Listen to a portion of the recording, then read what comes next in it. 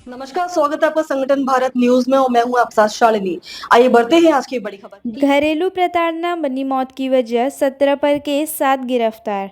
महाराष्ट्र के छत्रपति संभाजीनगर से एक दिल दहला देने वाली घटना सामने आई है, जहां घरेलू प्रताड़ना से तंग आकर 25 वर्षीय महिला ने आत्महत्या कर ली। भावसिंहपुरा के श्रावस्ती कॉलोनी में रहने वाली ईश्वरी अजय ने बंद कर अपने घर में फांसी लगाकर जान दे दी। बताया जा रहा है कि सब्जी में बाल मिलने जैसे मामूली बात पर पति ने उसकी बेरहमी से पिटाई की थी। लंबे समय से ससुराल पक्ष द्वारा मानसिक और शारीरिक उत्पीड़न झेल रही महिला आखिरकार टूट गई। मामले में छावनी पुलिस ने पति समेत 17 लोगों को खिलाफ केस दर्ज कर आरोपियों को गिरफ्तार किया है, जबकि अन्य की तलाश जारी है। पुलिस आगे की जांच में जुटी है। महाराष्ट्र के छत्रपति संभाजीनगर से प्रमोद कुमार की रिपोर्ट।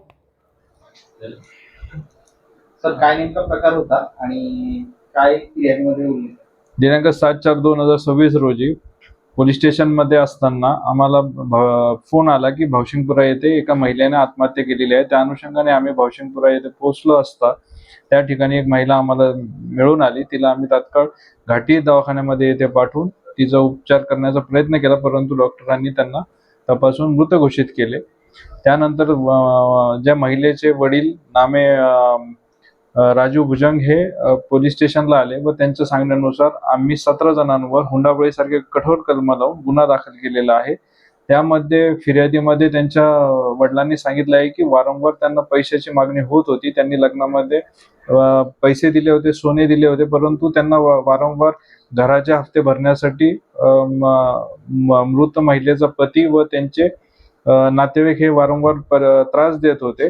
त्या अनुषंगाने त्यांनी फिर्याद दिलेली आहे आणि त्या दिवशी भांडण व्हायचं कारण हे त्यांनी सांगितलेले आहे फिर्यादीमध्ये की जेवणामध्ये केस पडला होता आणि त्या केस पडल्याच्या कारणावरून त्यांच्या आपापसात भांडण झाले आणि त्यामुळे तिने रागात येऊन तिचं जीवन संपवलं असे सांगितलेले आहे।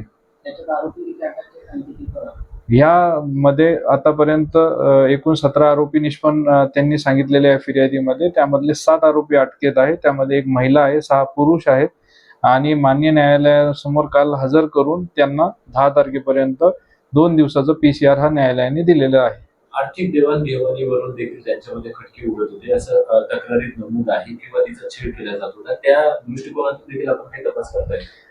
यापूर्वी जर त्यांचं काही पैशाचं देवाणघेवाण असेल तर काही गुगल पे ऑनलाईनच्या माध्यमातून झालेले असतील, कोणी साक्षीदार असतील त्यांच्या माध्यमातून झालेले असतील, तर ह्याचाही तपास चालू आहे आणि नक्कीच ह्याच्यात जे जे पुरावे आम्हाला इलेक्ट्रॉनिक पुरावे असतील ते आम्ही घेऊन दोषारोप पत्र विधित मुदतीत दाखल करण्याचा प्रयत्न करत आहोत। इतना ही, फिर होगी आपसे मुलाकात। तब तक के लिए नमस्कार और देखते रहिए संगठन भारत न्यूज। ऐसे ही लेटेस्ट अपडेट पाने के लिए हमारे चैनल को सब्सक्राइब करें और तुरंत नोटिफिकेशन पाने के लिए बेल आइकन दबाना ना भूलें।